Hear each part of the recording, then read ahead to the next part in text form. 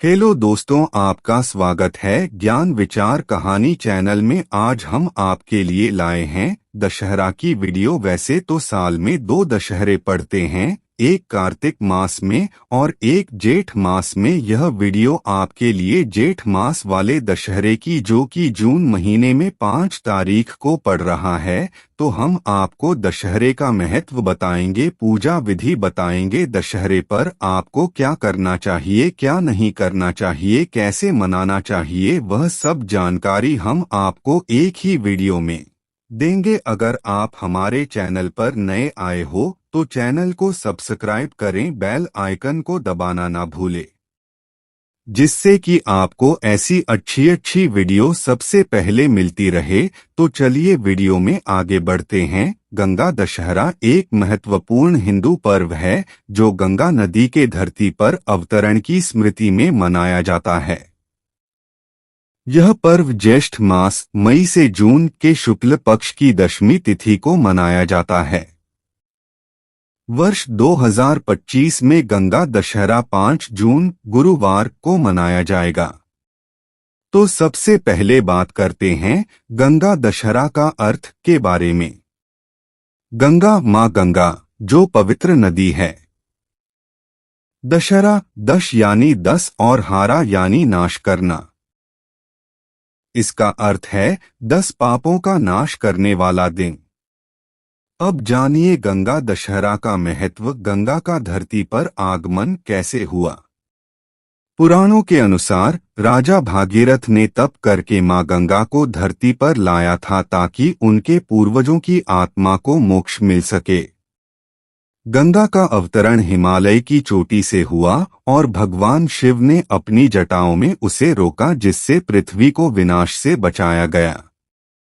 इस दिन गंगा स्नान करने से व्यक्ति के 10 प्रकार के पापों का नाश होता है। 3 शारीरिक, 4 वाचिक वाणी से और 3 मानसिक पाप। गंगा जल का स्पर्श भी शुद्धि और मोक्षदायी माना जाता है। अब जानिए इस दिन दान और पूजा का महत्व क्या है। इस दिन लोग गंगा नदी या अन्य पवित्र नदियों में स्नान करते हैं।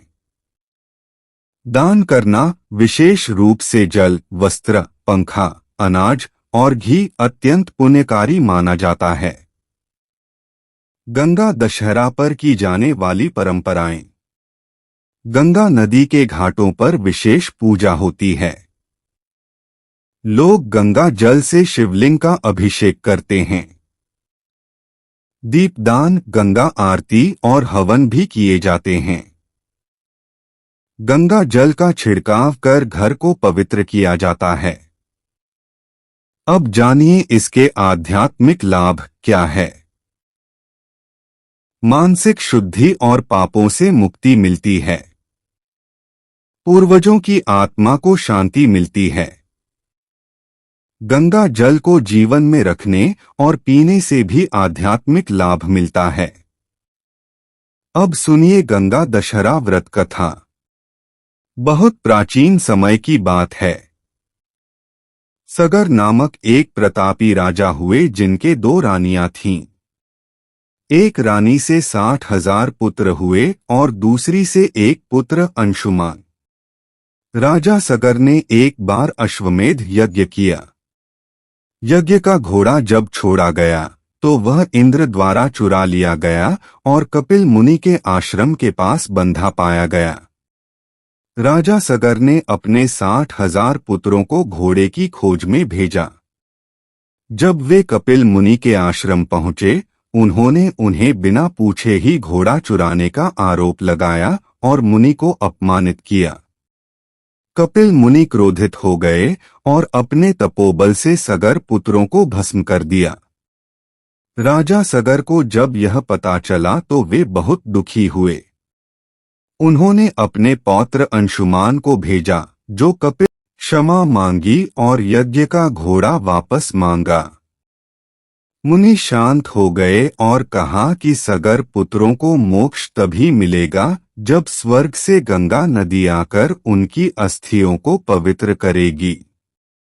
अंशुमान ने प्रयास किया, फिर उनके पुत्र दिलीप ने भी तप किया, लेकिन वे असफल रहे। अंत में दिलीप के पुत्र राजा भागीरथ ने यह जिम्मेदारी उठाई। वे अत्यंत निष्ठावान, तपस्वी और धर्मपरायण थे। उन्होंने हजारों वर्षों तक गंगा को प्रसन्न करने के लिए कठोर तपस्या की। उनकी तपस्या से गंगा देवी प्रसन्न हुई और प्रकट होकर बोली, राजन, मैं स्वर्ग से पृथ्वी पर आ तो जाऊंगी, लेकिन मेरी धारा इतनी तीव्र है कि पृथ्वी उसे संभाल नहीं पाएगी। मैं सीधी गिरूंगी तो पृथ्वी टूट जाएगी। भागीरथ ने कहा, मैं भगवान शिव से प्रार्थना करूंगा कि वे आपकी धारा को संभालें। फिर भागीरथ ने भगवान शिव की तपस्या की। शिव प्रसन्न हुए और बोले, मैं गंगा को अपनी जटाओं में समेट लूंगा। जब गंगा उतरी तो शिव ने उन्हें अपनी घने जटाओं में बांध लिया और फिर एक धीमी धार के रूप में उन्हें पृथ्वी पर छोड़ा। इस तरह गंगा कई नदियों और धाराओं के रूप में बहती हुई राजा भागीरथ के पीछे पीछे चल पड़ी। गंगा की पवित्र धारा जब उस स्थान पर पहुंची जहां सगर पुत्रों की भस्म पड़ी थी, तब उनका श्राद्ध किया गया। गंगा के जल ने उन्हें मोक्ष प्रदान किया। उनकी भटकती आत्माओं को शांति मिली। इस महान कार्य के कारण गंगा को एक और नाम मिला, भागीरथी।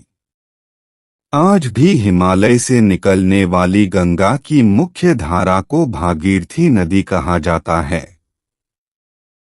राजा भागीरथ की कहानी भक्ति, संकल्प और तपस्या की मिसाल है। उन्होंने सिर्फ अपने पूर्वजों के मोक्ष के लिए जीवन भर तप किया, जो कर्तव्य और परिवार के प्रति समर्पण का आदर्श उदाहरण है। इसी कारण हम जब किसी कठिन कार्य को सफलतापूर्वक पूरा करते हैं तो लोग कहते हैं, ये तो भागीरथ प्रयास था।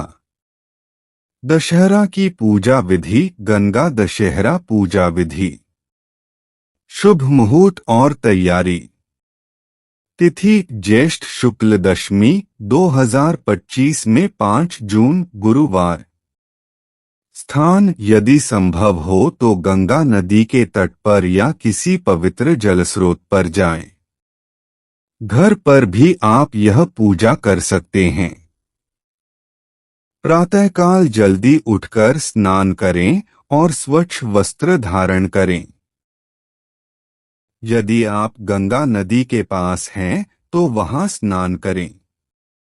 अन्यथा घर पर स्नान करते समय थोड़ा गंगाजल मिलाकर स्नान करें। स्नान के समय यह मंत्र बोल सकते हैं, गंगे च यमुने चैव गोदावरी सरस्वती नर्मदे सिंधु कावेरी जलेस्मिन् सन्निधि कुरु। फूल, अक्षत, चावल, रोली, दीपक, धूप बत्ती, पंचमेवा, तुलसी पत्ते, मिठाई या फल भोग के लिए। जल से भरा कलश गंगा जल से। एक साफ चौकी या पीढ़ा रखें और उस पर गंगा माता की मूर्ति या चित्र स्थापित करें। उसके सामने दीप जलाएं और जल से भरा कलश रखें। गंगा माता को रोली, अक्षत, पुष्प, फल, नैवेद्य अर्पित करें। फिर यह मंत्र बोलते हुए पूजा करें, नमो भगवती हिलिल्यमं पापं दहदय। गंगा दशहरा की व्रत कथा पढ़े या श्रवण करें। कथा में बताया जाता है कि कैसे राजा भगीरथ ने कठिन तप करके मां गंगा को धरती पर लाया। घर में छोटा हवन करें और इसमें 10 बार आहुति दें। दशहरा के लिए सामग्री में घी, गुड़, तिल, जौ आदि शामिल करें। अंत में गंगा माता की आरती करें। आरती के समय दीपक और अगरबत्ती घुमाएं। आरती का प्रसिद्ध भजन जय गंगे माता, मैया जय गंगे माता। जो नर तुम्हें ध्याता, मनवांछित फल पाता। इस दिन जल से भरे घड़े, पंखे, वस्त्र, अनाज, छाता, घी, शक्कर आदि का दान करें। जरूरतमंदों को भोजन कराना बहुत पुण्यकारी माना गया। 10 प्रकार के पापों का नाश होता है। मानसिक, वाणी और शारीरिक शुद्धि मिलती है। पितरों को मोक्ष और परिवार को सुख शांति की प्राप्ति होती है। जय दशहरा, जय सिया राम।